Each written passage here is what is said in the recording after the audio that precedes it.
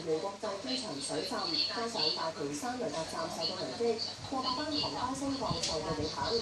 本港機管局話，來往台北同香港嘅航班最少一班取消，26班延誤。桃園機場附近朝早持續落暴雨接近3個鐘，雨量高達165毫米。通往機場嘅馬路到處都係積水，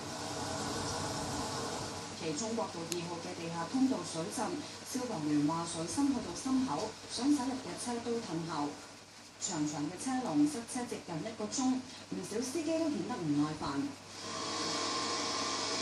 呢一條通往機場嘅主要道路因為今年要封閉，消防員要出動抽水車清理。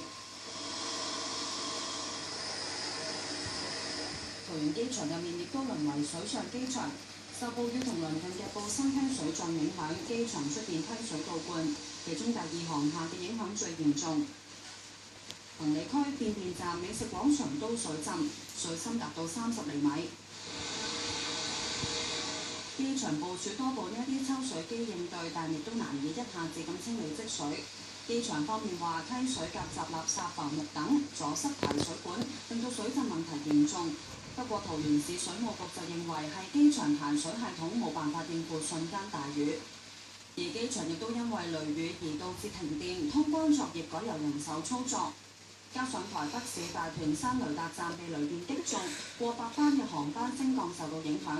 桃園機場方面話，呢一次暴雨令到機場內外出現狀況，導致陸空交通大亂，係一個好大嘅教訓。未來將會做好布心梯、防波堤同閘門等嘅工作，避免梯水倒灌嘅情況再出現。又會對進出機場嘅道路作更完善嘅規劃。無線電視記者陳麗希報導。